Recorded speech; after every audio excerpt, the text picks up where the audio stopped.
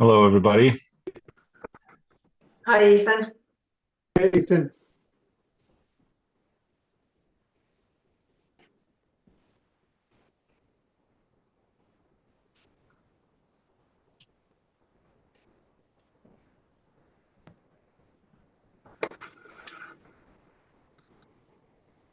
Hey, Shenley, can you go into YouTube, or I can do it, and just see if it's rolling?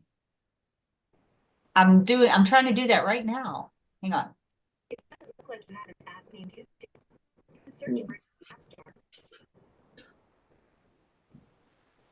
I got an odd login.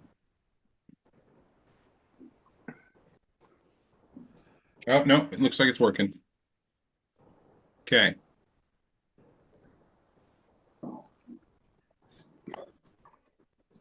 so Shenley or Jeremy, before we really get started in earnest, is there such a thing as a hard copy of Camden comprehensive plan? Is it just me or is John? I heard the same issue with his It was audio. very It's buggy. Yeah. it was in the Tron, but he's asking if there's a hard copy of the Camden Town comp plan, if I heard him correctly. Yeah. Yes. A But I hard heard- copy? Sure. Would you like a copy of that?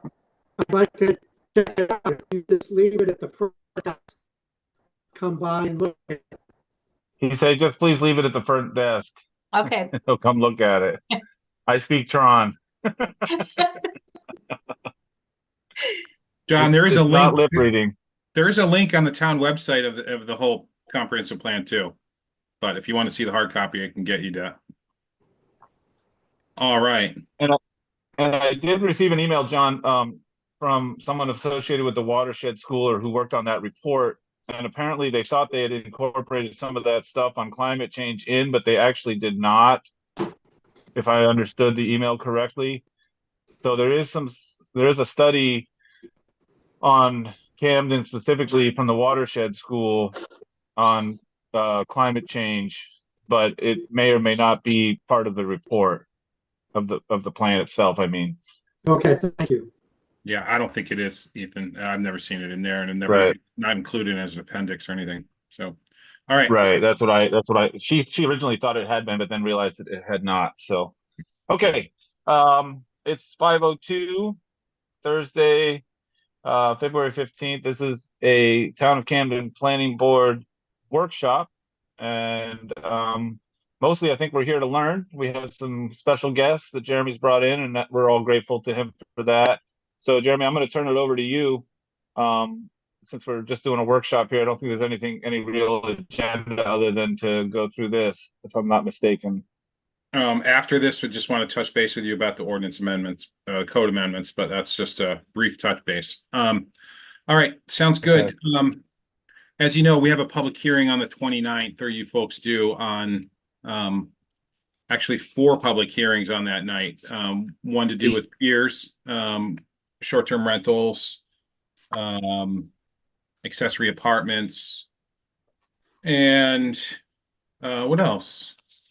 But piers is the big one, and that's why we're here today primarily. You've reviewed this. I have the ordinance or the code. I've reached out to provided you folks with a lot of information in the past leading up to this point. The Harbor Committee studied this. Definitely, I don't think as in-depthly as you folks, but that's okay. And I wanted to reach out, especially since wildlife habitat, eelgrass is a big part of that.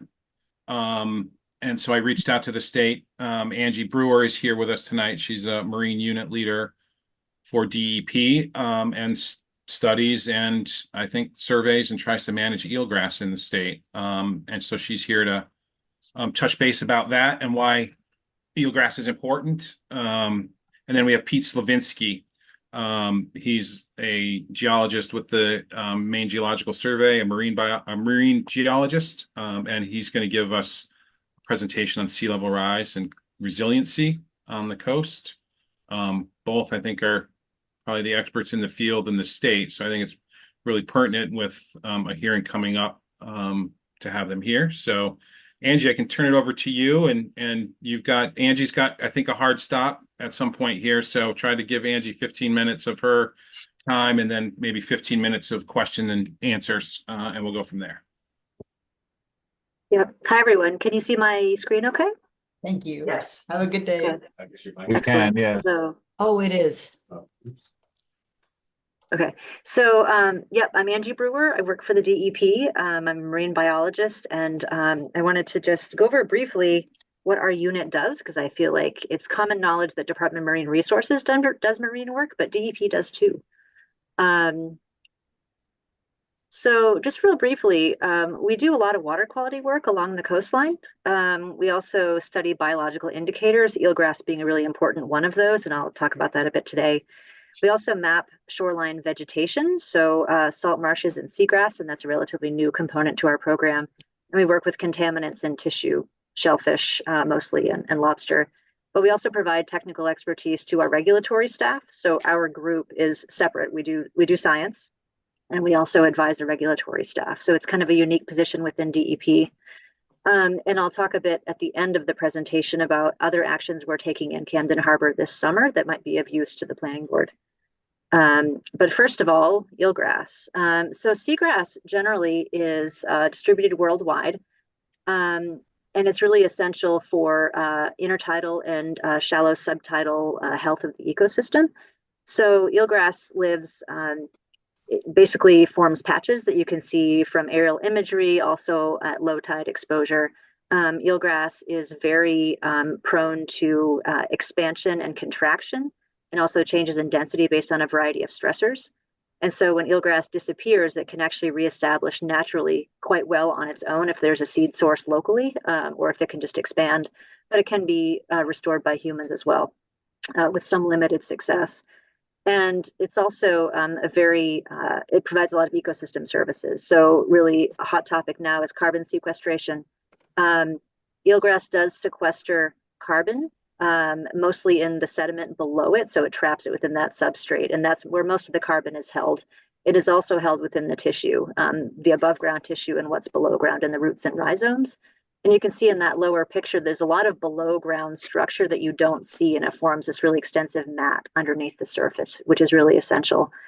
So even though eelgrass or seagrass generally occupies about 1% of the world's oceans, it holds about 10% of global carbon within the sediment and its tissue, which is really efficient in terms of doing that. So it's really valuable from that perspective. But there are a lot of other functions as well. So food web support, a lot of Maine's recreationally and commercially harvested species start their lives in eelgrass beds because it provides a lot of structure, habitat, refuge from species that are predating. Especially, it takes up excess nutrients in the water column, and so that can improve water clarity and also remove nutrients that would otherwise be available for algae blooms in the water column. And it also buffers pH, so coastal environments can become more acidic. And eelgrass provides localized buffering for those conditions and alters the chemistry in a really beneficial way. So I say eelgrass. We actually have two species in Maine of seagrass. Eelgrass is the one that you really see most conspicuously. Widgeon grass is another species that's mostly living in more brackish areas, especially where there are tidal constrictions. So it's not quite as visible to the eye. So just a few comments on stressors, and the highlighted ones are the ones in bold, are really relevant to the discussion of shoreline structures. So low light and shading is a definite concern for eelgrass. So it photosynthesizes like any terrestrial plant and needs to have full spectrum bright sunlight, especially the juveniles or the seedlings need a lot of light to survive. So that can be a stressor. Abrasion or scour or sediment disturbance, so vessels coming into shallow water, whether they're directly actually contacting the sediment or the eelgrass itself with their props, or just stirring up the sediment, can create a lot of stress on eelgrass as well, especially if it's happening on a regular basis, as do vessels coming in and out of docks, for example. And then sea level rise, of course, and I'll mention that really quickly. But first, on the left, you see a couple of the stressors. So that upper left picture is eelgrass covered in epiphytes. So epiphytes are just opportunistic organisms, in this case algae, that grow on the eelgrass and reduce the ability for it to photosynthesize. You see a lot of eelgrass in areas where there's a lot of nitrogen in the water column. So that can be sort of a telltale sign of nitrogen pollution. In the lower left are green crabs, which are prolific along our coastline now, and can undermine eelgrass and also clip off the blades below where they grow. So eelgrass can't regenerate after that damage. And the juveniles actually eat eelgrass. So green crab impacts are huge on eelgrass. We see a lot of that in Casco Bay. But for sea level rise, this is an aerial image of Sherman Cove that you probably all know well. The polygons that are shown here are prior mapped eelgrass from the 90s and 2000s. And I want to mention sea level rise because as that occurs, the deep edges of the eelgrass are going to migrate toward shore because there'll be less light available for the eelgrass, and so it needs to get closer to that light into shallower water. Importantly, that shallow edge of eelgrass is also going to migrate into shore if there is migration space for it. So in Sherman Cove, there's a nice example of where there's a whole lot of substrate for eelgrass to occupy as sea level rise occurs. So that's a really important space to protect so that that migration can happen and those eelgrass beds persist. Differently from that situation is to the east of that area, you see those two smaller beds that are limited in their shallow migration by ledge. Obviously that ledge is not going anywhere. So those beds are going to get pinched off over time as sea level rise occurs. So it sort of helps, I think, in terms of prioritizing which areas should be protected in terms of that habitat. So real briefly, there was a really nice paper in Science that came out a couple of years ago that talked about seagrass generally as a nature-based solution to climate change. And these two trajectories that are shown in the schematic indicates the power that humans have over the ability for seagrass systems to function and support healthy ecosystems. That path on the bottom shows the business as usual scenario, which is air pollution, carbon dioxide loading to the environment, overfishing, for example, and with that is a corresponding decline in eelgrass and the communities that eelgrass supports. I say eelgrass, seagrass generally in the article. But if humans are doing better, in that pathway to net gain on the top shows reductions in impacts to these environments. What's really beneficial is improved diversity within these seagrass beds that are more dense and supporting these communities that also support our human communities. And so you see happy recreators there in their sailboats and along the shoreline. And so I think it's just really important to note that the actions taken, even at the community level, really have an impact on the maintenance of these systems that really support the nearshore. All right, getting off my soapbox, shoreline structures. So Jeremy sent around some references to you all, and I put a few of those on this slide, a few of those schematics and photos here. So these are showing the impacts of structures on eelgrass and eelgrass habitat. And so you see a typical pier structure, a ramp, and a float. So there are direct impacts that happen to eelgrass and their habitat, which are essentially structures that are taking up space on the bottom. So pile that are installed take direct space on the substrate that is not available for eelgrass to colonize. Anchors do the same, and even floats that ground out on a regular basis in shallow water can essentially perennially take up that space on the substrate. And so that's really important and can entirely exclude eelgrass.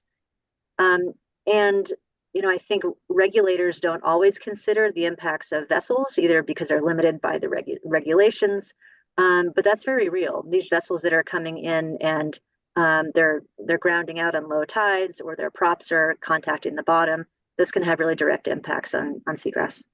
And then indirectly is shading impact. So as I mentioned before, eelgrass needs a lot of light to survive. Any sort of shading of overhead structures is going to reduce that ability. And in that photo in the lower left of the boat, I included this because I think it's really illustrative of, even if a float is a reasonably sized float, you can have an oversized boat tying up to it, which has this really chronic effect on shading. So I think those effects should not be underestimated. So there are a number of minimization measures for reducing impacts on eelgrass. But first of all, there's the obvious, which is avoidance, just not constructing over or in eelgrass. There are a lot of alternatives, right? Using marinas, public ramps where people can pull out on a regular basis, small vessels, using moorings that can be located outside of eelgrass, so in water deeper than eelgrass beds. And then group docks, so common use docks where people can tie up their boats. More likely is that there are minimization measures that are used for licensing, which is really important. The big one is elevating fixed structures. So typically piers are located over connect the upland to a ramp, but they're over the intertidal. We won't find a lot of eelgrass there, so there's generally not impacts of piers there.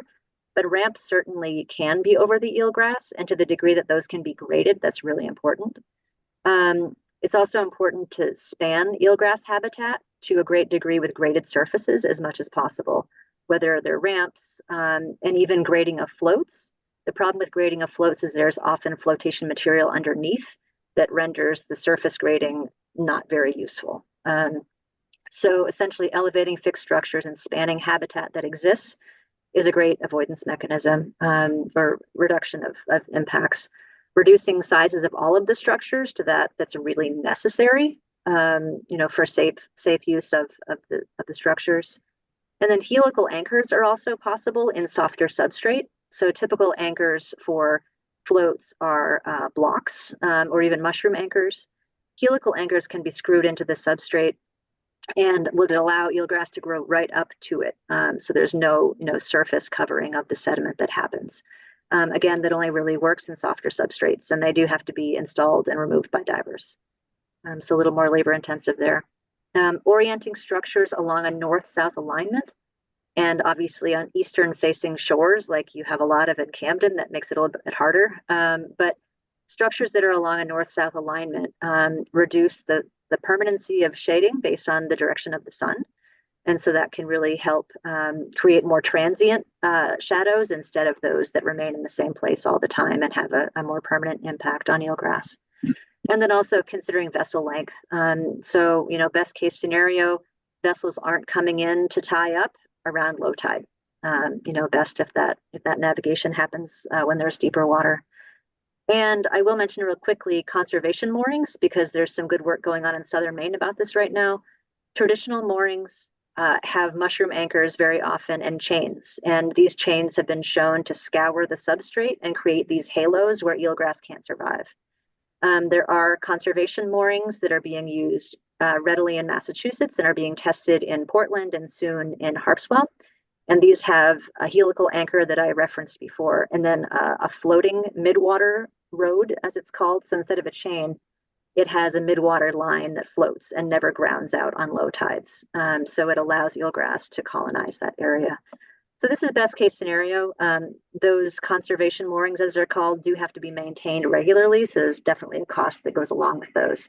But in concept, they provide much less impact. So real quickly, I wanted to mention seagrass mapping. So the Department of Marine Resources mapped the coastline twice, once in the 90s, once in the 2000s. So Camden Harbor has been mapped for eelgrass entirely twice. That's pretty old information at this point, and eelgrass does come and go pretty rapidly. It's very dynamic.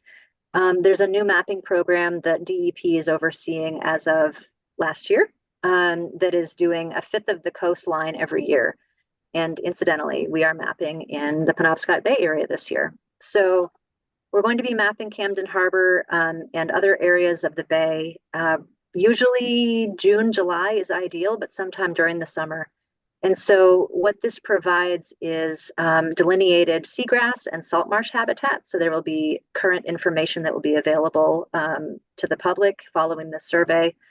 That is plane acquired color and near infrared imagery. So it's really nice low tide imagery that can be used also for planning purposes, very high resolution. And all this information is public. There's also underwater video that is produced, and you see some examples of that on the lower left, where the field team goes out and field verifies the aerial imagery. So that can give some nice information about the health of the eelgrass, at least qualitatively. And so finally, we are going to be working in Camden Harbor this summer. We're also doing some water quality monitoring, and I put on in the red dots the 3 sites that we'll be monitoring. We do surface to bottom monitoring for indicators, so temperature is important, dissolved oxygen is really essential, in an attempt to characterize the harbor, because that hasn't been done in a very detailed way that I'm aware of. So we'll be doing that work in addition to the mapping, and we'll be producing basically a current assessment of condition. The imagery from low tide will be available, and I think this will be pretty useful for planning purposes for shoreline structures like pier ramps and floats. Also for assessing mooring impacts on eelgrass, like I mentioned before, where that may exist. I know there are a lot of moorings in Camden Harbor. I don't know how many actually overlap with eelgrass now, but that can be diagnosed when we have this imagery. And then also, if there are interests at the town level for protecting and restoring areas of eelgrass that are higher value, or maybe areas where eelgrass has been lost in the recent past. And also of note, I think, is, I believe, Jeremy, you mentioned there was some debris from the storms that washed up into Sherman Cove. Aerial imagery should be able to see that if there's debris remaining in shallow water. So maybe that would help with shoreline cleanup if there's some derelict material around. Sure. That's great. So I'm going to stop there. I know that was kind of a lot that I threw, and I hope that a lot of it was actually summarizing the materials that Jeremy, you sent around, which is really useful for looking at just general impacts on eelgrass. But it is really essential habitat, and we'll have a better feel at the end of this summer how much there actually is remaining in Camden Harbor. But I think it's important to note that even if eelgrass is not there currently, we know it used to exist there, and there's no reason to think it couldn't exist again. And it's important to protect that habitat as well. So I don't have a ton of time for questions, but if anyone wants to follow up after I do need to leave, then please do contact me, phone, email, whatever. Thanks, Angela. That's really, really helpful, and really appreciate you coming in. Would you would you be able to share that deck? I did. I sent Jeremy a PDF just a few minutes ago, Yep. so that's certainly available. Great. Yep. Yeah, we'll post it, Ethan. Yeah, that's great. And you can send it around to the board as well. That'd be great. Yeah. That's great. Cool. Thanks so much, Angela. I know you have a tight schedule, so did anybody have any quick question? Or I think we don't really have much time for a Q&A here, so just want I guess one Okay, question looks I would, Angie, can I just ask Angela if I mean, I think I've shared with you the draft that's moving forward to public hearing. You think that's I don't know. I don't know if it's appropriate or not for you to weigh in on that proposal, but I think one of the things we were trying to do was protect also some of that habitat that if it's on if it was mapped in the past, that we're trying to keep that going and keep that protection, understanding there's that, the expansion and contraction or detraction, or however you explained it, of the grass itself. Makes sense, it seems to me. Would you concur with that? I would agree. I would say I probably couldn't comment on, sort of the value of the various components of your proposal, but I would say that it is certainly worth providing support for the habitat as it exists. And I mentioned those migration spaces too. So, considering if there are new structures that are proposed, for example, even if they exist shoreward of where eelgrass exists, they may be covering area where eelgrass may try to migrate to over the years. Mm-hmm. So any perennial shadow will essentially eliminate that area for eelgrass colonization. Yeah. So to the degree that, elevating of the structures is possible and grading of ramps is possible, that's really helpful. Right. Yeah. One thing I don't think really quick is that a big chunk of that Sherman's Cove is protected from piers and other structures already. That's currently in the code. What struck me and what we do allow are these land attached floats, and we just started regulating them last year.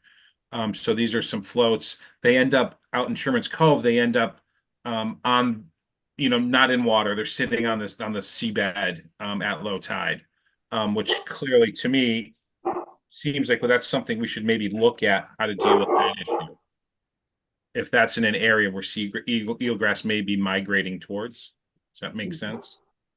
It does. I mean, that may be years down the road. I mean, we are hoping that eelgrass does migrate as space allows. Yeah. There is to some degree, a conditioning that needs to happen of the sediment in order for it to do that. In places where eelgrass has not existed before, we can't be guaranteed it would grow there. Right. But if it is able to adapt and move as sea level rise progresses, then it would be important to have that space available. Yeah. Great.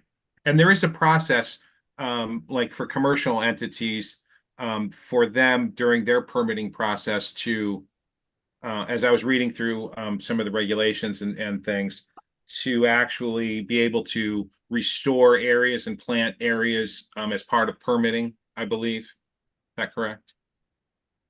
Yes, I will say that restoration of eelgrass is as much an art as it is a science. Sure, sure. Success is not assured with eelgrass restoration. Yeah. There are many conditions or many factors that go into whether or not restoration is successful. And so there can be direct planting of individual units. There can also be seeding.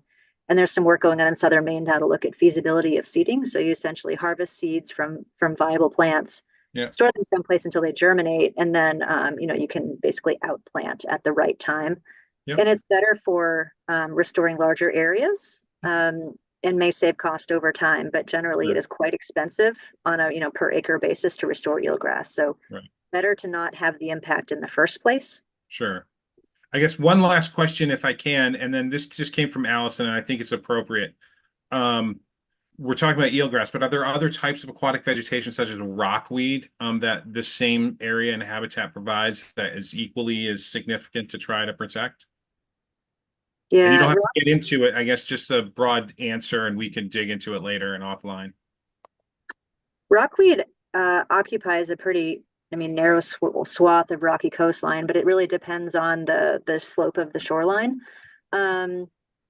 I don't know about the light requirements of rockweed to the same degree as seagrass. I would think they're probably a little bit more tolerant, just given the life cycle. But at the same time, there's a lot of habitat out there for rockweed. Mm-hmm. Any rocky structure that you find in the intertidal is pretty much colonized by species like rockweed or related. So, and at the location where rockweed is, there's going to be elevated structures like piers. Mm-hmm. So, I would think that maybe the light limitations there are not quite as severe as they would be for eelgrass. Okay. Great. Does that sound good? I think if anyone has questions, they can maybe funnel them to me, and then I can funnel them to Angela, just so we can keep everyone current with the same information, because you are aboard as having a hearing, and you should all be exposed to the same information, if that's all right. Makes sense? Yeah, that makes perfect sense. Yep. Okay. Thanks Sounds again, good. Angela. You're very welcome. Sorry, I Thank can't you stick so around much. longer, and please do reach out if you have any follow-ups. Yeah, really appreciate Thank it. you. Thank you. Thanks. Bye. Yep. Jeremy, I'm comfortable letting you continue to All right, sort of Peter, run and introduce and everything. You're next. This is Peter Slovinsky with the Maine Geological Survey. He's a marine geologist, and he's going to go over climate change, sea level rise. I've heard Peter speak a couple of times, full of lots of information as it relates to sea level rise. And Hi all. Let me find my screen that I need to share here. Hopefully you can all see that. Yeah. Wonderful. It's really nice to be here. I have about half an hour of material, hopefully, that I'll cover. It's a lot of material, so trying to not go through it too quickly. Thanks for having me here. So I'm going to speak a little bit about sea level rise in general, some of the trends we're seeing in Maine, the scenarios we're expecting for the future. I'll touch a little bit about storms, storm surge, nuisance flooding, things that we've been seeing pretty recently with the storms in January. And then I'm going to finish talking a little bit about adaptation.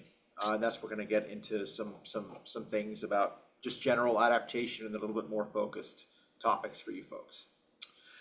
So the majority of the global and regional sea level change that we see is really caused, about 90% is caused by two dominant factors. So as the glaciers and ice sheets are melting, they're literally contributing volume to the oceans.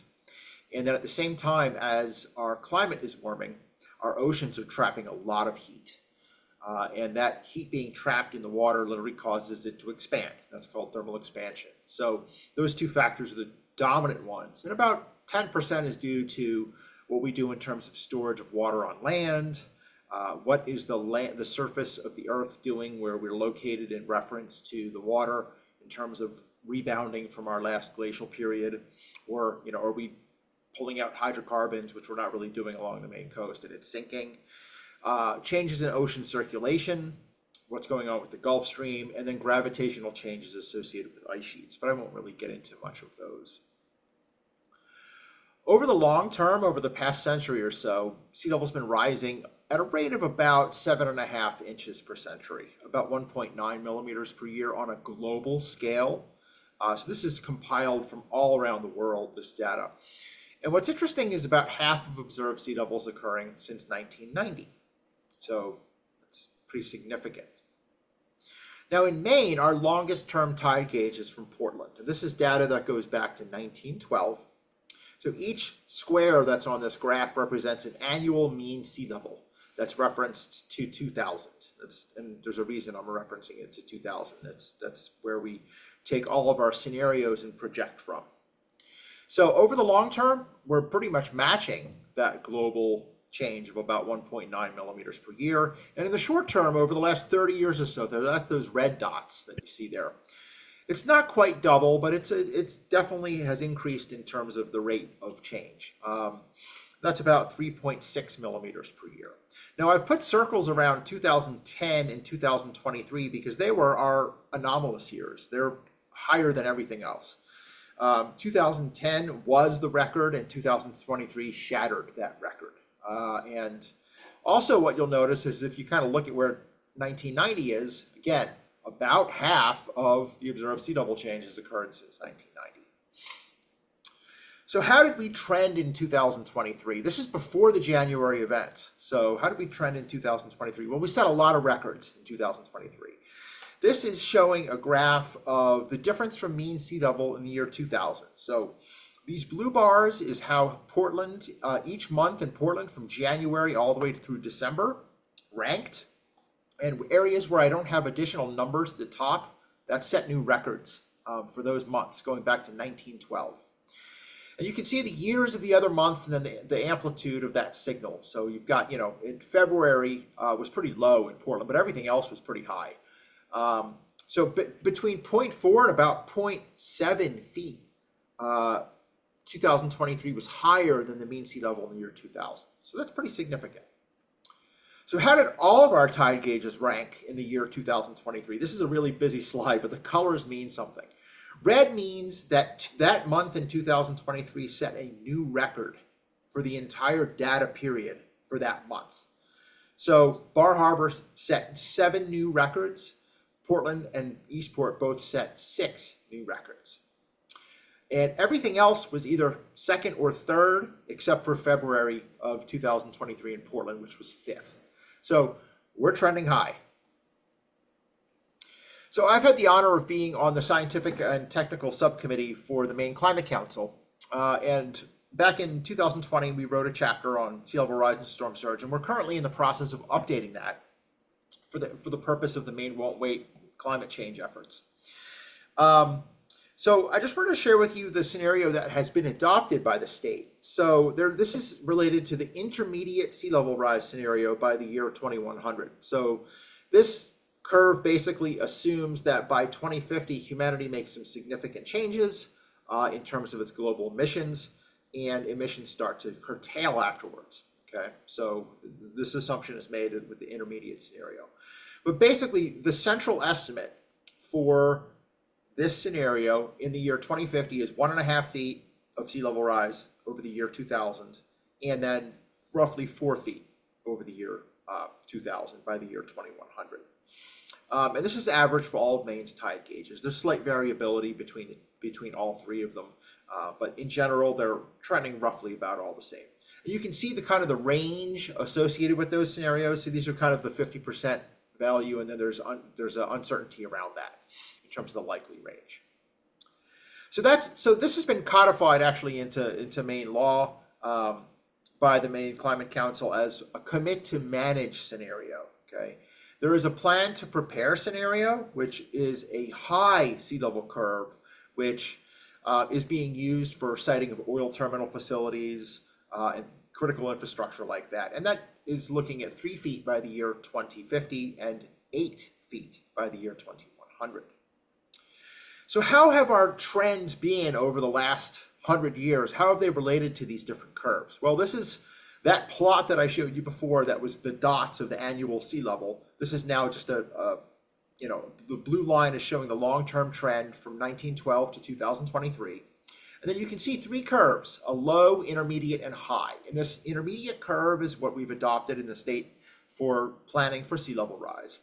And that high is the one that's the plan to prepare scenario. But you can see back in 2010, we were, you know, we were relatively high, then dropped down a little bit. Now we're kind of working our way back up there. And again, in 2023, set a new record. So we're currently trending between that low and intermediate scenario.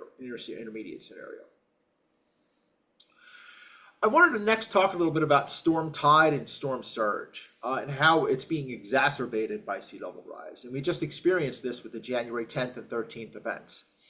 So storm surge is simply an abnormal rise of water over and above a predicted tide. So you look at the tide gauge and it's predicting something, and then the observed water is above that.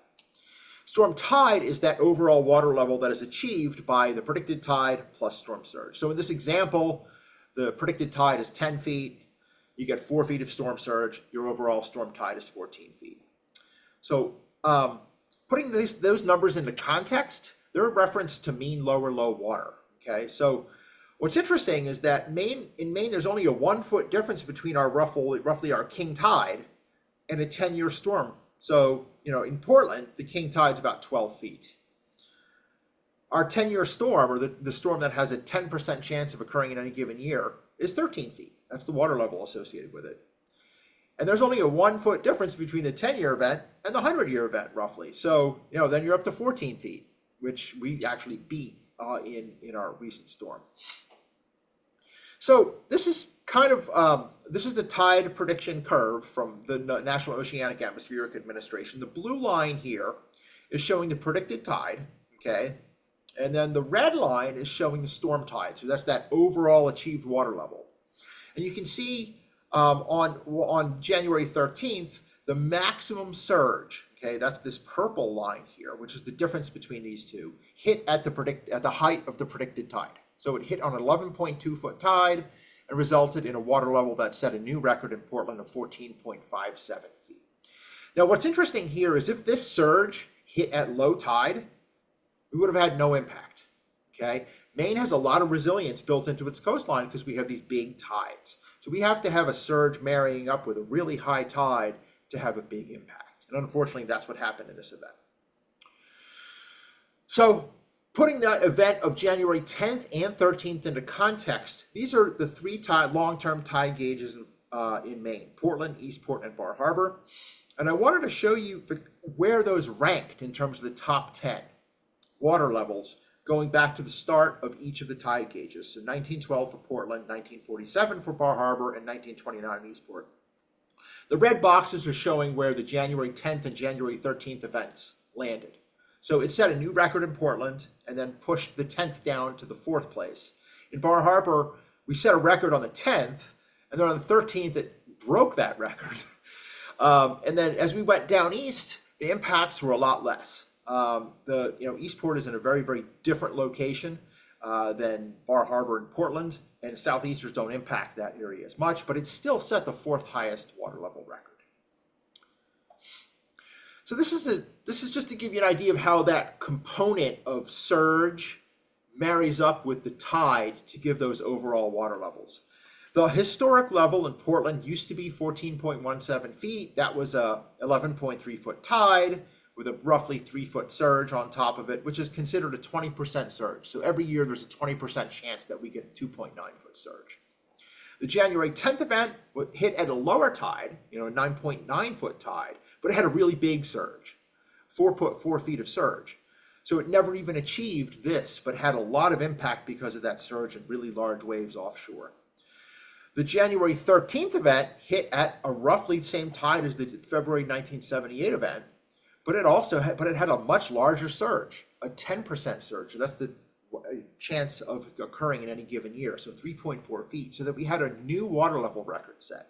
So I always ask myself, what might Portland or Camden's or Bar Harbor's superstorm look like? And this is, of course, reference to mean lower low water, so tide levels are a little bit lower in the Portland area. But it would be a king tide, which is a 12-foot tide. And it would be the historically high storm surge, which is a 4.7-foot surge. So we could see a storm that hits like this. That is 12 feet plus 5 feet of surge roughly. So water levels would be roughly, 2.1 feet higher than they were. And a really interesting thing I want to point out is that our tides, even our day-to-day tides right now, are being exacerbated by sea level. If you've ever looked at the tide predictions, they're always off. The observed water level is always a little bit higher, okay? And that's the couple reasons for that. Number one is they're based on mean sea level, which was set in 1991. Okay, we've had about 0.4, 0.5 feet of sea level rise since 1991. So they're already, almost half a foot off from that. But we're also in the middle of an anomaly where mean sea level has been trending higher. If you remember that blue bar graph I showed you, mean sea level was trending, 0.4 to 0.7 feet higher than normal. So that's driving water levels about a foot higher. So these last tides we had over the last week, the king tides in the last week, were about a foot higher than predicted. So we're already seeing an impact from sea level. And this is just a graph from Portland and Boston showing that. If you look at the little tables in the middle of the screen on each of those, looking at the predicted tide, the observed tide, and then the surge, roughly what it's called, it's 1 foot in Portland and 1.2 feet in Boston. So we're trending high all the time right now. That brings me to nuisance flooding.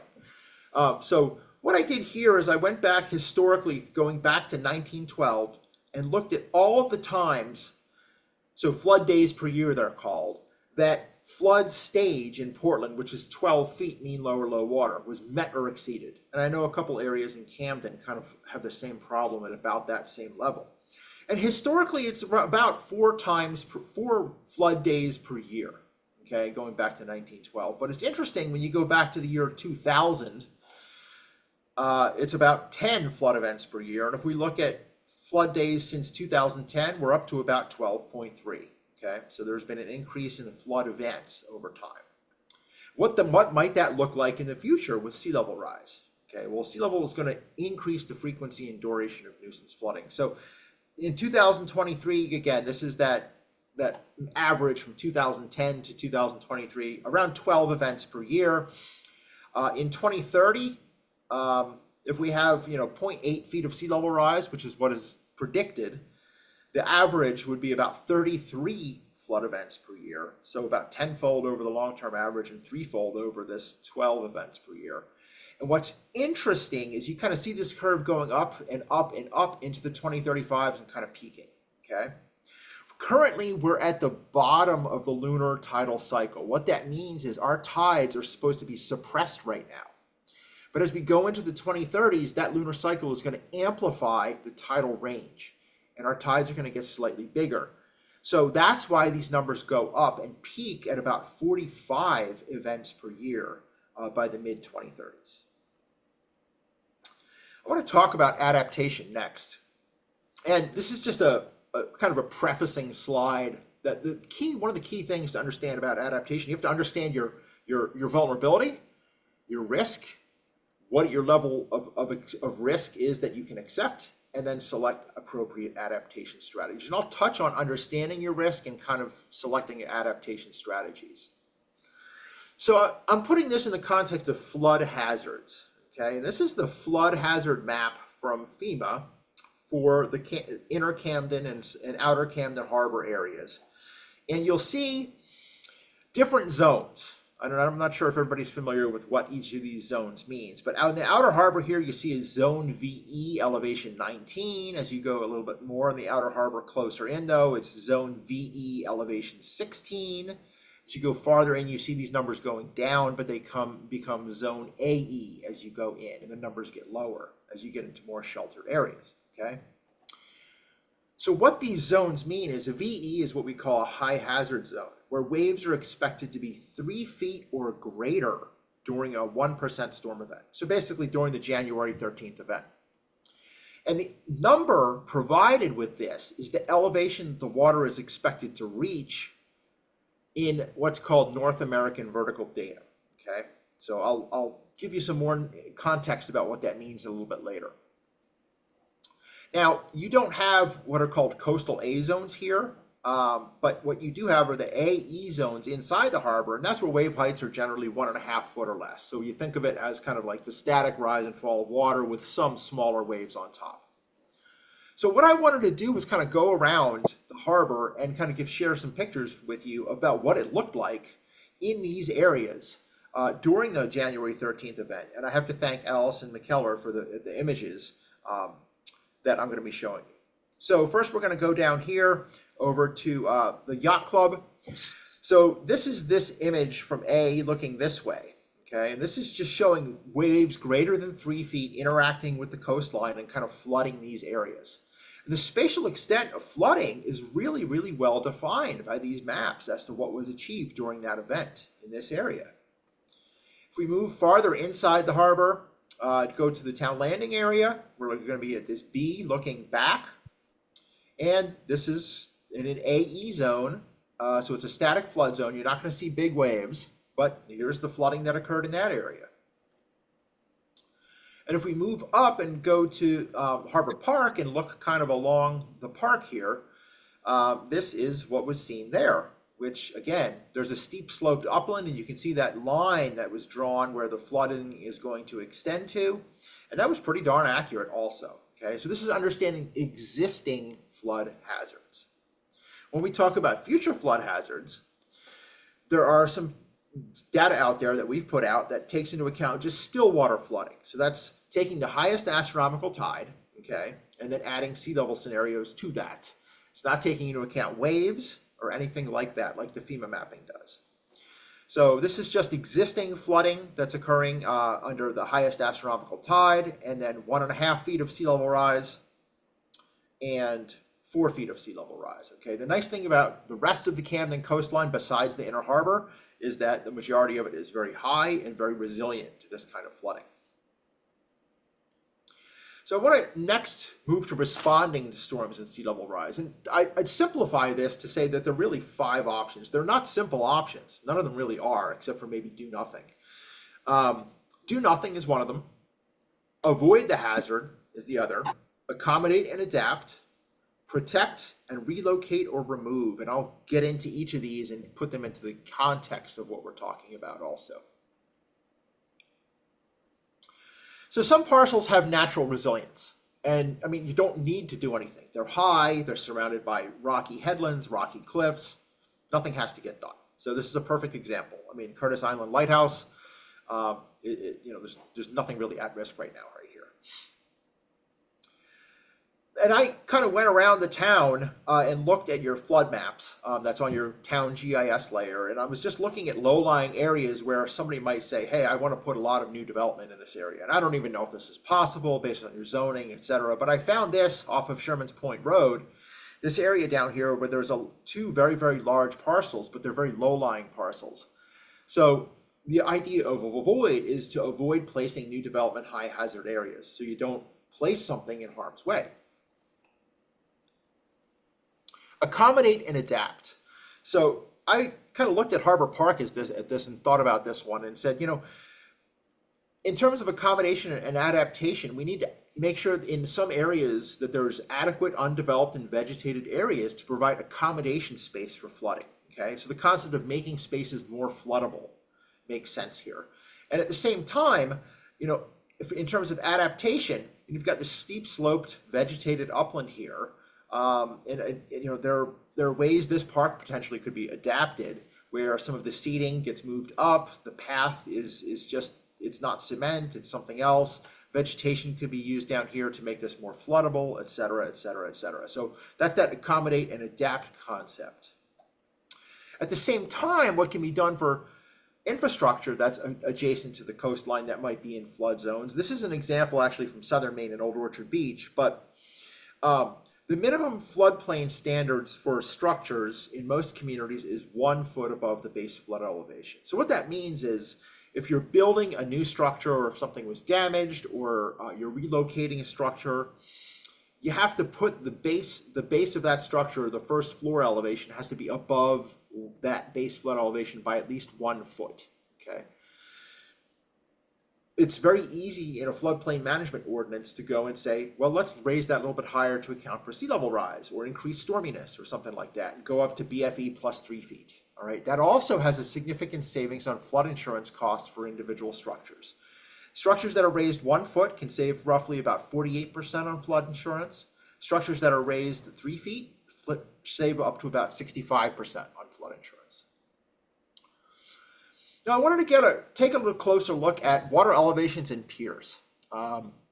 This gets into that accommodate and adapt scenario. So, this is the Lyman Morse pier where Wayfarer is, and this is in an existing V zone of elevation 16, and part of it is in a V zone or A zone elevation 12, but the majority of the outer portion of the pier is in elevation 16 V zone. So I wanted to look at, first of all, I wanted to give you some context as to the difference between the tidal datums that we see our tide curves in, and then this NAVD datum that FEMA publishes as base flood elevations in. So all of our tide datums are referenced to mean low or low water. So you think of that as like your starting point. So our mean high water and highest astronomical tide in the Camden area is roughly 10.2 feet mean low or low water for mean high water. And then for the highest astronomical tide, it's about 13 feet roughly, reference to mean low water. So that's all above mean low or low water as a starting point. But then how do these elevations relate to anything that FEMA publishes? It's kind of weird to try to go through all these calculations in your head. So what I wanted to do was just kind of change that using a set separation between mean low water and NAVD for Camden area, which you can get from some tools that are out there, and bring everything to that NAVD standpoint so we can look at these same numbers and have them all be in the same context, okay? So there's your mean low or low water. There's your new mean high water. There's your new highest astronomical tide. And then there's roughly, your BFE, your inner harbor is roughly 10 feet, but it goes from 10 to 12. And then your outer harbor, okay, is 16 feet NAVD. So this puts everything in the same context. So your current ordinance for new piers says that in the inner harbor, they have to be a maximum of 8 feet above mean high water. So let's look at that. So here's mean high water, and then add 8 feet. Well, that brings it up to 12.5 feet NAVD, all right? That's looking pretty good because, in the inner harbor, the BFE is somewhere between 10 and 12 feet. So it's between 0.5 feet and 2.5 feet higher, depending on where you are, than the 1% BFE. In this case, using this example of an AE of 10 feet. For the outer harbor, it's 10 feet above mean high water. Okay, so we take that, we add the 10 feet, we're up to 14.5 feet NAVD. That sounds high, but it's already well below the existing 1% floodplain, all right, which is 16 feet at that portion where I was showing the pier. And if you remember, if you go around the cove it goes up to about 19 feet. So that got me thinking, and this is something I just came up with as a potential recommendation, which is, why not consider adopting an elevation specific to the flood zones that are showing existing flood hazard, as opposed to just having everything above an arbitrary starting point of either mean high water or highest astronomical tide. So you're using that 1% base flood elevation as what you're starting with, for instance. And in that case, an example I thought of was for the inner harbor, you could use a BFE plus 2 feet. So each of the different zones, that's the nice thing. They're already taking into account waves. They're already taking into account things that happen during storms. So these zones are what are driving your elevations potentially going up. You could go with BFE plus 2 feet, and that's just an arbitrary number I pulled out. It could be 3 feet. And then for the outer harbor, where you're seeing these big waves and things like that, it could be BFE plus 4 feet, okay, as an example. So that could drive things up to about 20 feet NAVD. But you're using the existing hazard of the flood zone to help drive those numbers. But it's also really important to think about what's on those piers as well. So somebody's private pier, that might be something different, but a commercial pier, for instance, things that are on the pier that are really important, like utilities, pumps, gas storage facilities, etc., have to be raised even higher, okay? So the pier is on one thing, but it's possible that you don't want to have electric panels at the bottom of the base of the pier. You want to have them elevated a little bit higher as well. I want to talk next about coastal bluffs, why they're important, and then the ways we can use some of these strategies to have development on them. About 48% of Maine's overall coastline is unconsolidated erodible bluff, and about 1/3 of those, and this is back in 2002 when we actually did this mapping, was eroding back in 2002. So I think that those numbers have gone up. However, bluffs themselves are not a protected resource, okay? There's no chapter in the Natural Resources Protection Act that necessarily protects these bluffs. There are chapters 310 for which adjacent wetlands, that covers mud flats, things like that, and chapter 355, which covers coastal sand dune systems, but nothing specific to bluffs. The language that is there to protect bluffs is this standard in 480D, which talks about soil erosion. It says an activity will not cause unreasonable erosion of soil or sediment, nor unreasonably inhibit the natural transfer of soil from the terrestrial to the marine or freshwater environment. To me, the key here is what's unreasonable. And the way I think about this is, and this is just a shot of a section of the coastline, is if one of these properties had a seawall, is that unreasonable in terms of the overall transfer of erosion of sediment from the bluff to the adjacent wetland? Well, what about when the next one goes in, and the next one, and the next one, and you end up with a whole cove that is seawalled and has no transfer of sediment from the upland to the wetland or the intertidal zone. And these habitats like fringe wetlands and mud flats, sand flats, shellfish flats need sediment to keep up with sea level rise. So how do bluffs erode? This is actually a simplified cycle, we call it, the bluff erosion cycle. So at time A, you've got a stable bluff. There's trees up at the top, there's a little tiny bit of undercutting that's occurring, and at time B, because of sea level rise or storms, you get undercutting of this bluff. This bluff over time gets a little bit more unstable and it fails, it slumps into these blocks. And unfortunately, this isn't how it always happens, but this is very commonly how bluffs fail, these slump blocks. These slump blocks go into the intertidal zone, they provide sediment to these adjacent habitats, and then over time, these adjacent habitats provide protection for the bluff. So the slump materials form the basis for the fringe wetland that forms, for the mud flats that form, that then help protect the bluff until they erode over time, and then you get back to time A. This cycle repeats itself. So this erosion cycle is integral to not only the bluff health, but also the adjacent intertidal habitat health that is protected. It's also how bluffs kind of protect themselves from long-term erosion. So they go through this period of instability, stability, instability. And we wouldn't have a lot of the protected habitats that we have, like mud flats, sand flats, and in cases some sand beaches and dunes and coastal wetlands, without having eroding bluffs. If all of our bluffs were not eroding, we wouldn't have enough sediment because we don't have enough sediment supply from rivers and things like that. Our rivers just don't supply that much sediment. One of the other key differences between a lot of our other protected resources and coastal bluffs is that coastal bluffs erode one way. They formed due to past geological processes. They're not reforming in our lifetimes. So they are limited resources, actually.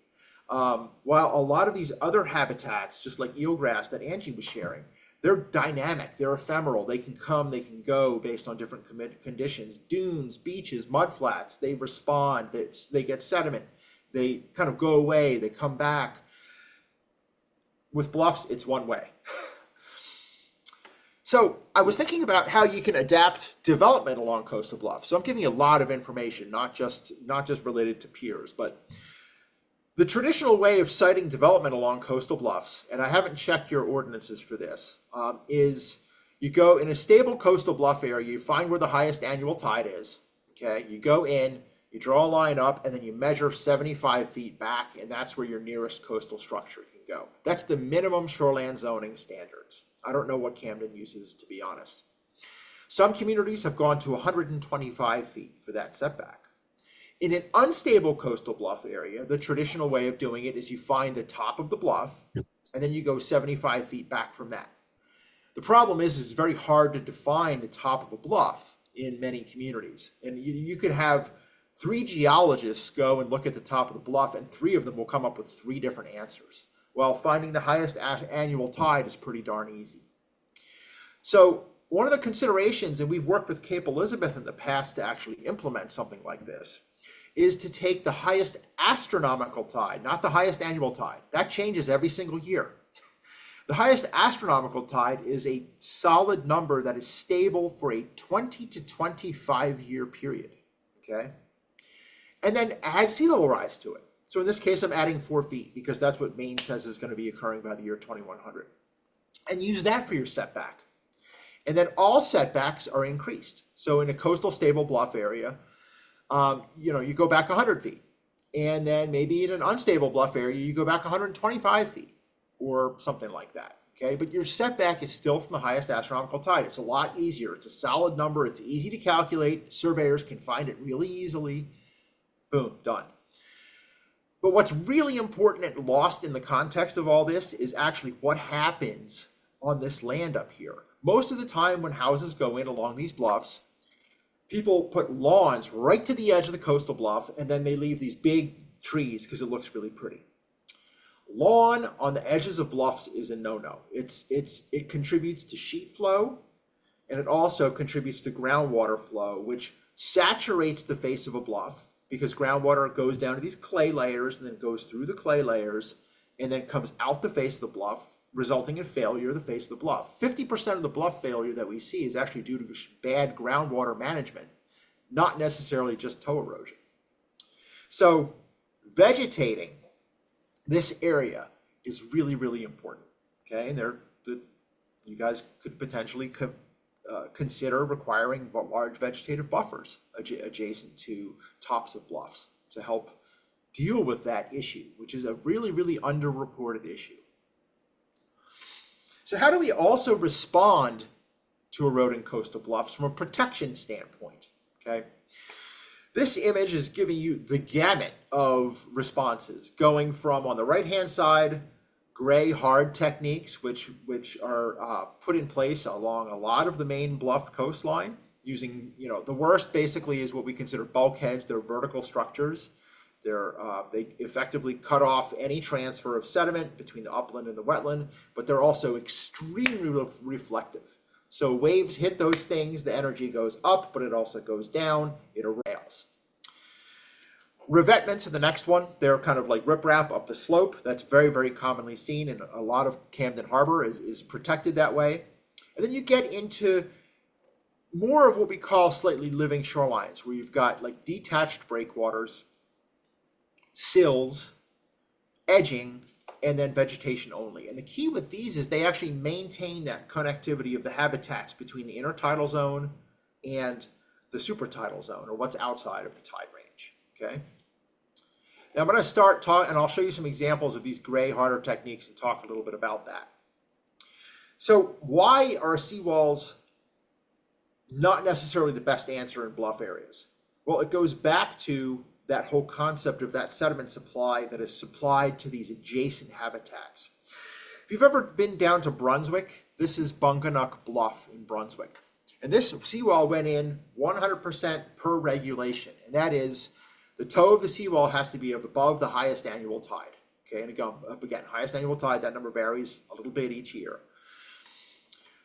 But you can tell by these mud flats out here and these fringe coastal wetlands, this is insanely good clamming habitat out here. All of this sediment, this is a perfect example of that bluff cycle. This was an unstable bluff, it failed, and you can see this section of material from that slump that was out here. This is what feeds and forms these coastal wetlands, because as this erodes, it leaves a mound that's elevated. Coastal wetland species like that, they colonize it, and then before the next thing you know, you have a fringe wetland that helps protect the base of the bluff. So this toe armor goes in and it effectively cuts off the connection between the upland and the wetland. So this mud flat no longer is getting any kind of sediment. Seawalls can also cause end effect erosion. And I stole this slide from Monterey Bay, California, because I thought it was really, really perfect. So on the left-hand side of the image, you've got this condo that has this big riprap wall that was placed in front of it, okay? And you can tell that erosion occurred. This is called end effect. So basically, when these waves you see breaking, when they interact with that seawall, they're striking the seawall, but where that seawall terminates, they're wrapping around that seawall and then eroding the side of the bank. And that's exactly what happened. So these folks had to put in this smaller riprap wall to extend that to protect their property. And you can see where it ends, there's more of end effect erosion occurring where that seawall ends. So the next thing that's going to happen is seawalls are going to go in over here to protect this path. All right. And then before you know it, this beach, which was walkable and all that at all tides, let's say, becomes only walkable at low tide, because at high tide, there are waves washing up against the walls. And that gets to this. Seawalls can cause wave reflection that lowers the intertidal habitat in front of the wall and allows larger waves to then attack the wall. So the water out here in this image is deeper than the water over here because of the sand that extends out. And think of when a wave hits a riprap wall, or especially a bulkhead, you see that wave energy over here where there's a bulkhead, you see that wave energy getting reflected up. That same wave energy is getting reflected down, and that's why you see scouring adjacent to these bulkheads. It creates so much turbulence that the sediment, even cobble, can get scoured out from adjacent to these areas. And that sediment goes from areas of high energy to areas of low energy, which is farther offshore. All right? And these areas, once you put in walls, and because of sea level rise, and because of lowering adjacent to these walls, there's access to the intertidal zone to fish, fowl, and navigate that becomes inhibited. So protection of these eroding bluffs can be done with nature-based solutions. This is an example of a project that went in Blue Hill. It's Maine's largest living shoreline project on a coastal bluff. 1,500 feet of shoreline was done. And what happened here is that these trees were put down as a nearshore sill, okay? And then there was grass that was planted above that. And then you'll notice this stone that was put out in here. That's because this is a rocky intertidal habitat. You can have stone in this, but this first tier kind of creates a fringe marsh. The nearshore sill breaks up some wave energy. The rocks that are here break up ice that comes in during the winter months. And then this was regraded back. You can see some additional rock in here, but it's not all rock. And then there's coir fabric, there's plantings, and then there's native bluff vegetation that's put up on the top of this once the slope is regraded. Engineering structures can still be used. And one thing for consideration could be to put a prohibition on bulkheads, except for working waterfront areas. Okay, because bulkheads, again, are those worst things where things just smack it, and then there's so much energy that occurs in these areas. And you could consider requiring minimization of riprap that's placed on a slope. So this is a great example. So this was a very unstable slope. This project incorporated a restoration of a wetland here, a fringe wetland. It's just tow armor. That's it. The slope was regraded, tow armor was placed, and then it was vegetated with bluff-specific vegetation. And it's done really, really well. This is an example from Yarmouth, Maine. And this gets to my last few slides, and we're moving on now to what are the things you can do as it relates to storms and sea level rise. And one is, this is from Town Landing, and the one is potentially relocate. This could be relocated back, it could be elevated. There are a lot of things that could occur. And then remove is also one of these. We have had cases where things have been knocked down in storms, and then those structures, either on a personal basis or on a municipal basis, were decided not to be rebuilt, and those structures were simply removed and built elsewhere. So that's something that can be considered as well. And the other thing to remember, and this is my last two slides, I think, is that these don't have to be done as one or another. They can be done in combinations throughout the harbor, and they can even be done as combinations all at a single site. And I'm showing Harbor Park again as an example, because this could be an example where a living shoreline is implemented. relocation is implemented for some of the benches. The vegetative buffer that's here is thought about. The path goes up on top of the bluff and then comes back down in this area back here instead of right along the water. So there's a lot of things that, you know, could be potentially done in terms of thinking about these strategies all being applied potentially at a single site, not just thinking, okay, we've only got to relocate or we've only got to do protection. I have a lot of additional resources for you folks. I've already sent Jeremy my slide deck. A couple of these deal with sea level rise, some viewers, the flood hazard map viewer. One is a coastal property owner guide that we've written that covers a lot of these things that I've shared with you. It goes into in depth about erosion, flooding, and other hazards. The Cumberland County Soil Water Conservation District has done a great site that relates specifically to coastal bluffs, how living shorelines can be used. There's case studies. There's a planting guide on how to plant coastal bluffs. And then SMPDC, the Southern Maine Planning and Development Commission, last year developed really good model ordinance language that covers a lot of these things, a lot more than what I even talked about. So the wheel doesn't have to be reinvented. It's model language that could be taken by a community and adopted to increase resilience. The focus was on coastal resilience of this model ordinance language. So it's something that could be looked at and considered. And with that, that's all I've got. Thanks. Back to Thanks so much, Peter. Man, that is just great information. And boy, there's a lot to think about. It's a lot. Does anybody have any? Yeah, no, but it was well presented and very helpful. Does anybody have any questions that they want to ask now? Particularly in regards to you know, piers and structures, but even just more as we look down the road for the sea level rise issues that we face anyway. I had a question. Go ahead, Pat. Yeah. Jeremy, I'm not sure if I heard you correctly earlier when you said that we may have some floats that are sitting on mud in low tide. Was that accurate or not? Oh, that's accurate. Yep. Um, The one I can tell you one that I know is the one land attached float, and it's sitting in Sherman's Cove. That's not on a pier. That's not coming off of a pier. That's coming off of land directly. I thought from some of the stuff that you had sent out earlier, I thought that was kind of a no-no from reading about how floats should operate. I mean, I think not an expert, but listening to what Angela had to say, I think it's a no-no for sure, is from a seagrass perspective. And just remembering that going back a year ago, we now are starting to regulate land attached floats. We never used to do that. So I think we should probably, if you're bringing this up in regard to floats like that, at least make sure have appropriate standards in place for land attached floats.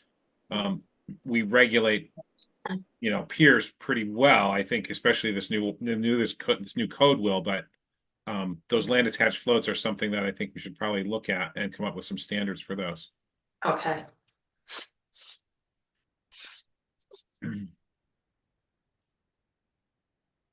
Ethan, we can't hear you. Oh, yeah, and Harbor Park. Helpful. Yeah, got it.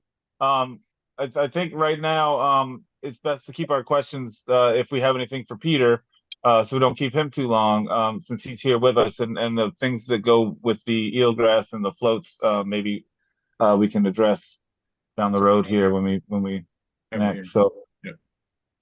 But I see a couple in the chat, so let me just see here. Okay, yeah, that's more towards the eelgrass from Allison, so we'll hold off on those. Did anybody else have anything on? Go ahead, Jeremy. I do. Thanks, Pete. I just wanted to touch base on right now in our current ordinance.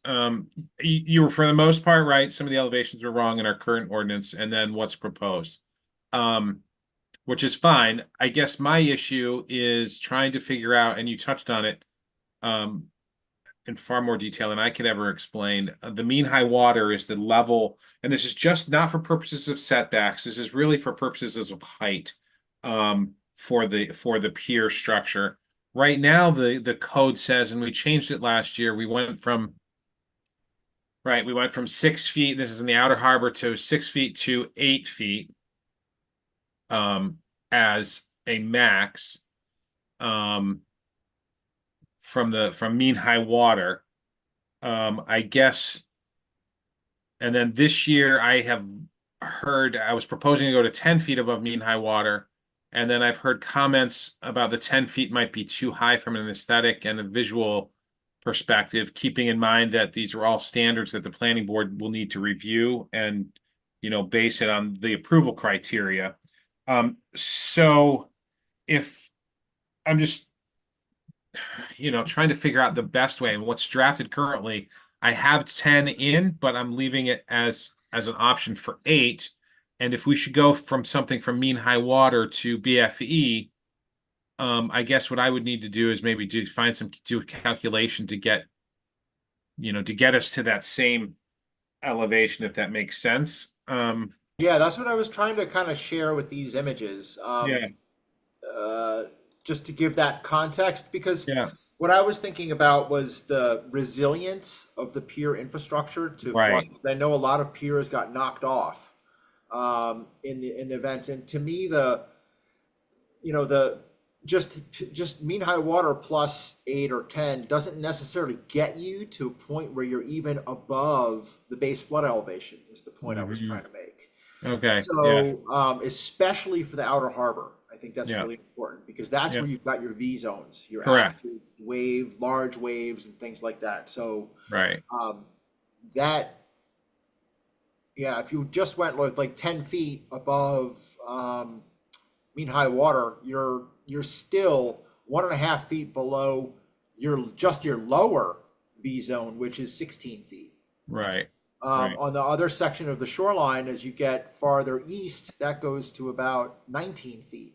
So you'd be, 4.5 feet below the existing base flood elevation. So that's not even accounting for sea level rise. That's just saying, okay, during a 1% storm, that's how big the waves are going to be on top of the still water, reaching a level of 19 feet. Sure. And I've heard from people, and people have provided comments to me and have, reviewed the draft. And some of the comments I've heard is does it matter if the piers are required to be constructed, and so it's kind of a performance-based construction standards rather than, prescriptive. And you've got to make sure they're tied down and they're built of materials that are not, that don't become buoyant. So what I think people are envisioning is that they'll be like when Angela was talking about graded, planking or ramps, and the deck, the top of the deck of the ramp or the pier, that they'll just be inundated by the storm. So does it really matter? And I'm not saying it matters, but I'm saying this is what I'm hearing, or it doesn't matter. This is what I'm hearing from people, that if it can be flooded, what's the problem if the structure can still withstand it? Right, and I think that's very applicable for the A zone areas, and for your V zone areas. Yeah. That's something to think about, because Uh-huh. I don't know what things were built to under the current standards, Right. but there were a lot of piers knocked down. It's 60% of totally. Maine's working waterfront infrastructure was damaged. Right. In the January 13th event, which is telling us that something's up. And the emergency permit by rule, or whatever the DEP is passing for Yep. for waterfront piers, is that they're allowed to go 4 feet higher. 4 feet higher. Correct. Yeah. What I thought was very, and I've been doing this a long time, but not on the coast so much until now, and digging into this, was that trying to come up with, especially for residential structures in the flood zone, from DEP's perspective and from municipal perspectives, they don't need to be designed by an engineer, is what I have found in the VE zone under most flood ordinances. Wow. And no design stamped plans are required. That's something we're changing. And so I just found that very interesting, and trying to find documents like guidance docs and BMPs for constructing these. If I was an engineer, what standard? I worked with FEMA trying to find stuff. No one had anything across the country, and they sent me a Department of Defense manual for construction of piers. Is what the best thing that they had. So that was an eye-opening thing for me, and that's I kind of used that manual and then something out of North Carolina that came out in 2022. After a lot of hurricanes that hit North Carolina, there's a lot of studies on piers and how to build them and construct them more appropriately to withstand these kind of events. Yeah. Okay, that's helpful for me on that, Ethan. I think that was the big question that is we kind of left the last meeting with as we head into the hearing in a couple of weeks. And so I think we'll probably fine tune that a little bit at the hearing would be my guess. Yeah, yeah, I think that's right, and figuring out which height we go to, and And um, I'll maybe reach out to Pete Slovinsky, maybe if I can, Pete, just touch base with you in the next week or so, just to figure out my help with numbers. the math. Yeah, do the math. Help me with the math a little bit. Sounds good. Maths is hard, man. Pete, that was so great. It really was. I think we all learned a lot, and it really is. Visually, it was also very helpful to see some of the effects and the calculations. So, really appreciate you coming down. You're very welcome. And it's nice to be able to do this virtually. I didn't have to leave Yeah. my living room. Right, right. Really appreciate it. So are everyone good with Pete or? And if you have other follow-up questions, Jeremy's got my email. Feel Yep. free to shoot me an email. Yep. And he's got a copy of my presentation as well. Yeah, and I'll share Right, that yeah, with you we'll all get- and post it too. Yeah, that's great. And all those links that you provide are terrific too. Yeah, so we'll do the same thing we did with Angie, and any questions for Pete can go through Jeremy from the board, just to keep things streamlined and above board, so to speak. Okay. Well, thanks so much, Pete. It looks like we're all set with questions. We're just a lot to chew on and figure out how it works and how it affects what we decide going forward. So thanks again. Okay, thank you. Take care. Pete, really appreciate Yeah. it. Bye. Yeah, All right. Jeremy, thanks so much for setting both those up. I think they were fantastic presentations and very, very helpful. Good. I Great do as job well. with that. Yep. Yeah. Anybody on the board have anything just discussion wise? I know Jeremy has a couple things he wants to hit on before we wind up. No? Okay, Jeremy, you have the floor then.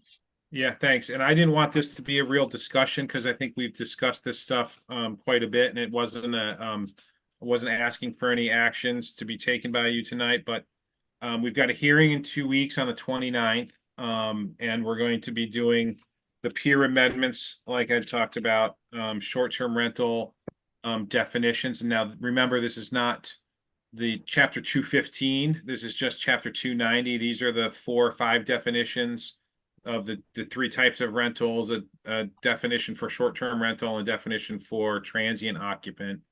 And then we put those into the use categories within each district regulation. So there's no meat on that other than that. That's what that is at the public hearing. And then we have the school board, school districts project. I briefed you about that at the last meeting in the workshops or the non-agenda items anyway. That went to the select board last Tuesday as just a discussion. They wanted the superintendent of the school district to come in and chat with them, tell them about the project and the zoning amendment. It has been fine-tuned even more, and I shared that with you. They actually made a formal application to us, and the zoning amendment would be just to there's a little more involved, but this one is more detailed. That restriction on the first floor for residential use for multifamily would not apply to structures that are owned by a school administrative district. That is the proposed change, and that's going to public hearing then. That's that, and then yeah, that is it. Oh, and then we have the accessory dwelling unit definition change. And then the removal of the parking requirement for accessory dwelling units to be in line with LD 2003. And so I was just looking for if anyone had any like urgent things on that, on those, any of those items, then we could discuss those. But really, it was really just to, let you know what's moving forward, remind you what's moving forward, and to get any red flags from you right now, so I can at least try to get them addressed sooner than later. Okay. I've tried to share them with you so that you've had them for a while. So I saw Lucia's hand go up. Yeah, and this is just a question, just a clarification, and it is on the accessory dwelling unit. yeah. And again, so the accessory dwelling unit, if it is someone's primary residence, I mean, I just want to make sure I understand this definition. If it is someone's primary dwelling unit for 6 months plus 1 day of the year, it can be rented as a short-term unhosted rental, because essentially, in effect, it's hosted by the primary residence. It's considered as hosted by the primary residence. Is that correct? The meat of that stuff is in the licensing ordinance, but also in the definitions for short-term rentals. This is strictly defining what the an accessory apartment is, if that makes sense. These are two separate things. I think you want to make sure if we're talking about short-term rentals, we're just talking about those definitions, because the accessory apartment piece, this definition is really about clarifying it to make sure that it Yeah, again, and I am reading from 290. okay, right, I am but reading from 290. It's the first thing there that talks about accessory apartment dwelling units or accessory apartments. And right. I just want to make sure that what we're saying, because we are saying that it is if it is the accessory dwelling unit, if it's occupied for 6 months and 1 day by someone, then it can be rented as a short-term rental. It could. The remaining Nothing in the definition or accessory use where it's located in the current ordinance would prohibit someone from using that as a short-term rental. They could also use it, remember, they could also use it as a long-term rental for something more than 30 days too. Correct. But I'm just trying to figure out what the definition is, what the difference in the definition of that is compared to the commercial short-term rental. If and I know this, but it's just one of these possible loopholes. I just want to make sure that I understand that if the primary residence, the primary to the accessory, so whoever's lot it is that has the accessory dwelling unit, if they are there full-time, then the accessory can be considered a hosted rental rather than a commercial rental. All right, let me work through this definition again on commercial rental. A short-term rental unit where the rental unit, so this is the unit that's being rented short-term, is owned by the licensee, but the licensee does not reside on the property and is not present at the property during the short-term rental period when the rental unit is occupied by transients and the short-term rental operation of the property is the primary use of the property. Okay. Okay. Right. So go ahead. Yep. So let's look at, so that's a commercial short-term rental. Yeah. If someone is not present in the primary lot of a accessory dwelling unit, does the accessory dwelling unit still become is it still occupiable for the 5 months, period? Yeah. I get it. You see what I'm saying? I mean, I do. Let me do you've done this before in your life, Lucia. You sit there in front of a regulation and you like read it 18 times and you're like, okay, Which one is I it? know. So hold on. Yeah, and it's just I'm just trying to get at, you know, if an accessory dwelling unit at any point, because of its not being occupied, or the primary residence of that accessory dwelling unit, the big lot, let's put it that way, not being occupied, does the accessory dwelling unit at some point become a commercial rental? I mean, it's an interesting question, and I think I'm following. I want to make sure that we're understanding a couple things. First, the ADU, well, the accessory apartment, I want to get the language correct because we're changing Yeah. everything around. Yeah. But the accessory apartment is the primary residence of somebody. Correct. That is the rule. The only accessory apartments that are absolved of that requirement are ones that were built or permitted prior to 1997. Correct. So And we we are, didn't so make that up. That's been right. voted on That's by our voters. that's been the law, Yeah. the code in town all this time. So anybody who has an accessory apartment that was permitted before June 17, 1997, this is where we're narrowing your inquiry, right, Lucia? Because anybody after that date, they can't have just not a primary residence in that short-term rental. So we're going back to only those before 1997. And so, and now your question does have a point, and I get it. But we're speaking to that limited group. Mhm. And so so Jeremy, just for your, consideration, I don't Yeah. have the answer because it is kind of like a whoa, man, but I was but just it thinking about may it. take some, yeah, no, Why I don't think it's a good question. It's a it good is. question. Why don't I email everyone on that tomorrow if that's okay? I think it's easier for me to actually break this down word by word and send you it how we would interpret and define it. If that's okay. Yeah, I get I your was point. just thinking about it and Well, I will say wondering. Shenley is working on a kind of an FAQ for this that we're going to have available on the website. We did get all of the existing short-term information up on the town's website. You can go there. It's on the main page and the news section.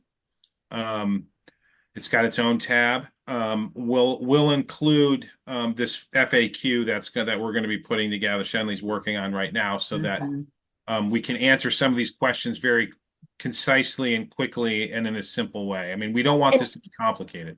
Right. And the only reason I asked that is because the unhosted rentals, right, will require there's a cap on unhosted rentals. Well, yeah, I think what's important going forward is that we keep talking the same words.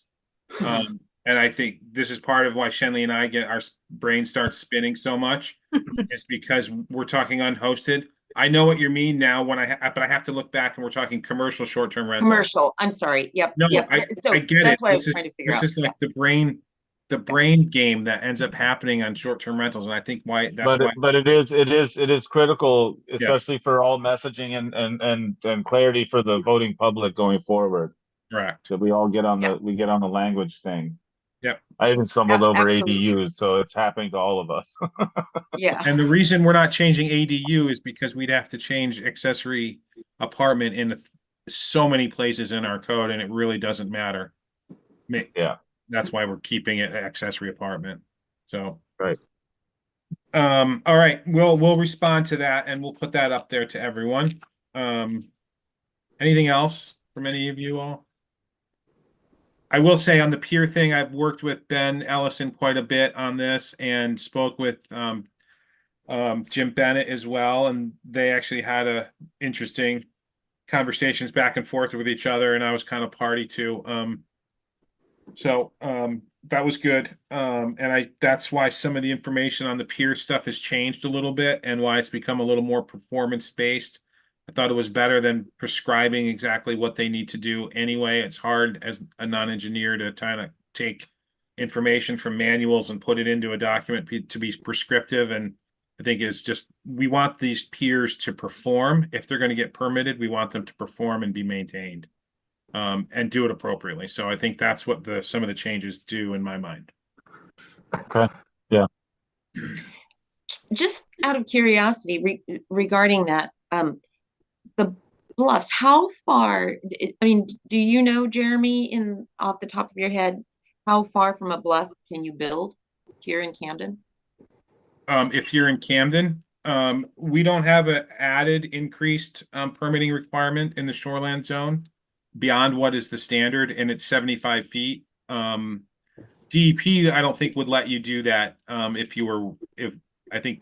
don't think they'd let you get any closer. But NERPA only applies at 75, so that doesn't make sense either. So see, this is what ends up happening when you bring lots of different regulations into the mix. I think we should probably, and I think coming away from Pete Slovinsky's talk, I think there's a lot of things we could do in our ordinance a lot better. And I've been trying to gear up for this, and his 3 feet above of BFE for structures. I've been trying to get there and trying to plan our way to that point. My hope is for November of next year to have much broader kind of sea level rise and resource protection regulations to the town to address a lot more of these things. I've already reviewed the Southern Maine Regional Planning and Development Commission's their model ordinance. We have a copy of that, and I've gone through that. So there's a lot that we can do. We don't obviously have time to do it all now. So that's why we are. Yeah. Yeah.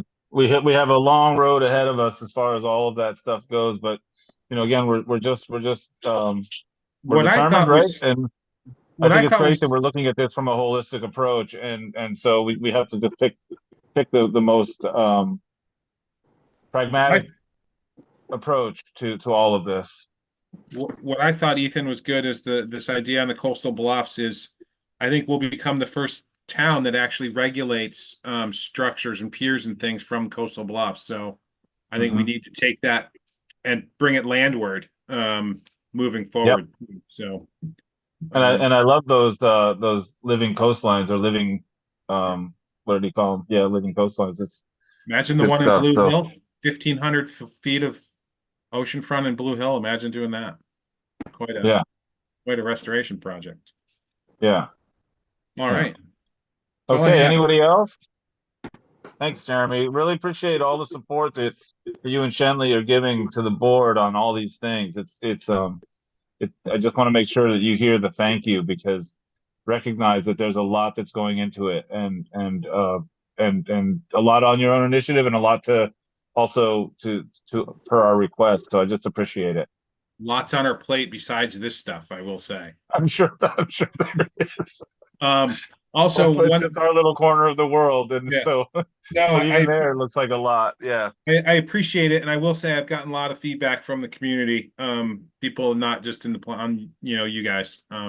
We've gotten a lot of kudos, to be honest with you, from people that have just reached out with emails or phone calls or even comments. So that's good. That's great. Couple more storms like that, and there'll be a lot more people saying thank you. Right. One thing, I think Shenley sent out an email about possible site plan application. That's for Lyman Morse. And we're kind of trying to narrow down the dates for that. I will just give you a heads up on what it is. This is, I think it's 6 floats that they're looking to put out off of the heavy vessel lift. This goes back to a number of years ago. The planning board reviewed it well before all of you folks as a site plan amendment, as I recall.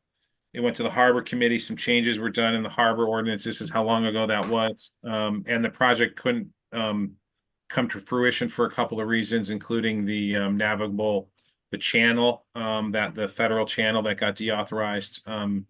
So that's moving forward. Again, it's been through planning and harbor before, but not you folks, and it is coming back because it does require, after Bill Shenley and I reviewed the ordinance, it certainly requires site plan because it's a marina expansion. So that's coming to you. It's not a